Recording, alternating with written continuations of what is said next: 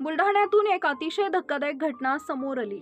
तुमचं पण डोकं चक्रावून जाईल आणि बापाला राग आल्यावर बाप कोणत्या स्तरापर्यंत जाऊ शकतं याचं खूप मोठं उदाहरण म्हणजे हा व्हिडिओ पूर्ण बघा। एका तरुणीचा मृतदेह आढळतो। पोलिसांना दुसऱ्या राज्यात बेपत्ता मुलीचा पत्ता मिळाला। पोलिसांनी फक्त आम्हाला वाटलं म्हणून मुलीच्या वडिलांना आणि भावाला अटक केली। प्रेम प्रकरणातून हत्या केली असा आरोप लावला आणि जेलमध्ये 21 दिवस दोघांना पाठवलं। पण प्रत्यक्षात बेपत्ता तरुणी जिवंत असते। एखाद्या सिनेमाला लाजवेल असा प्रकार बुलढाण्यामध्ये घडलाय।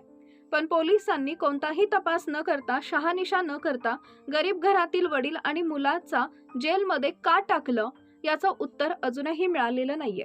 पण त्याहून धक्कादायक म्हणजे पोरीच्या बापानं हे सहन का केलं याचं धक्कादायक आणि अजब कारण दिलं।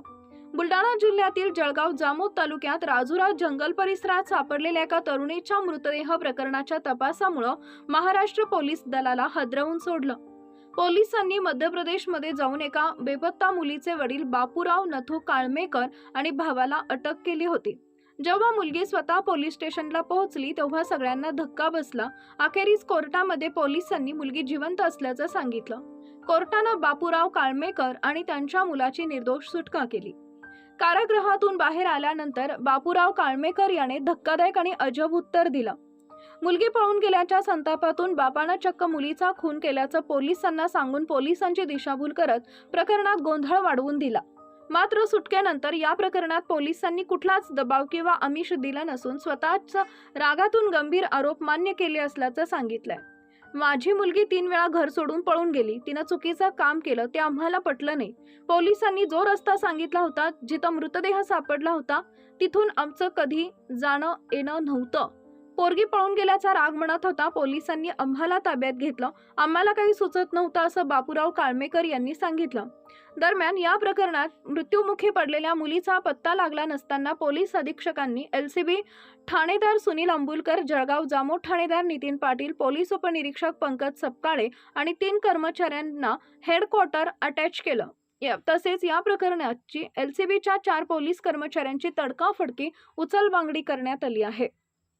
बुलढाणा जिल्ह्यातील जळगाव जामोद तालुक्यात राजुरा जंगल परिसरात एका तरुणीचं शिर धडावेगळं करण्यात आले होते। एवढंच नाही तर मृतदेहाची विल्हेवाट लावण्यासाठी जाळून टाकला होता।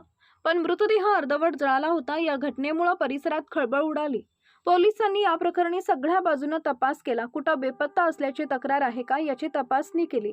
अखेर 12 दिवसांच्या तपासानंतर पोलिसांना मध्य प्रदेशातील बुरहानपूर जिल्ह्यातील खकणार पोलीस ठाण्यात एका तरुणीची बेपत्ता असल्याची तक्रार मिळाली। पोलिसांनी मध्य प्रदेशला गेले आणि बेपत्ता तरुणीच्या घरी पोहोचले। हे घर होतं बापूराव नथू काळमेकर, वय वर्ष 50 यांचं। बापूराव काळमेकर यांची 25 वर्षीय मुलगी शिवानी 25 एप्रिल रोजी कुणाला न सांगता घरातून निघून गेली होती। आता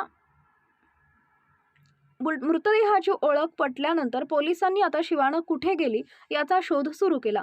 पण बापूराव काळमेकर यांनी जे काही सांगितलं त्यावर संशय आला। पोलिसांनी पुन्हा बापूराव काळमेकर यांची उलट चौकशी केली। पोलिसांनी जेव्हा खाक्या दाखवला तेव्हा बापूराव यांनी आपणच मुलीची हत्या केल्याचं कबूल केलं। आपली मुलगी शिवानी हिचं अमरावती येथील एका प्रकाश भिलावेकर नावाच्या तरुणाशी लग्न झालं होतं। पण लग्न होऊन सुद्धा शिवानी आपल्या चुलत भावाच्या प्रेमात पडली होती। दोघांचे प्रेमसंबंध समोर आल्यामुळे बापानं शिवानीची समजूत काढली। पण शिवानी आणि चुलत भाऊ नातेसंबंध तोडण्यास तयार नव्हते। यामुळे संतापलेल्या बापूराव यानं 25 एप्रिल रोजी शिवानीच्या डोक्यात काठीनं वार करून तिचा जीव घेतला। आता मुलगी मेली असं समजून मृतदेहाची विल्हेवाट लावण्यासाठी त्यानं आपल्या मुलाची मदत घेतली। दोघा बाप बेट्यांनी शिवानीचा मृतदेह घेऊन बुलढाण्यात दुचाकीवरून गेले आणि तिथं राजुरा जंगल परिसरात शिरधडा वेगळं केलं, मृतदेह पेटवून दिला। पण मृतदेह पूर्ण जळाला नसल्यामुळे प्रकरण समोर आलं। पोलिसांनी बापूराव आणि त्या मुलाला ताब्यात घेतलं, न्यायालयात हजरही केलं। त्यानंतर दोघांना पोलीस कोठडीही सुनावली। एकीकडे कोर्टात सुनावणी सुरू असताना शिर धडावेगळा मृतदेह प्रकरणाला 28 मे रोजी धक्कादायक वळण मिळालं। खून झालेली तरुणी चक्क जिवंत पोलीस स्टेशनला पोहोचली आणि हत्येच्या आरोपात अटक असलेल्या वडील आणि भावाला सोडण्याची मागणी शिवानीनं केली। हे ऐकून पोलीसही चक्रावून गेले। अखेर 3 दिवसांच्या न्यायालयीन कामकाजाच्या नंतर बापलेकांची सुटका केली।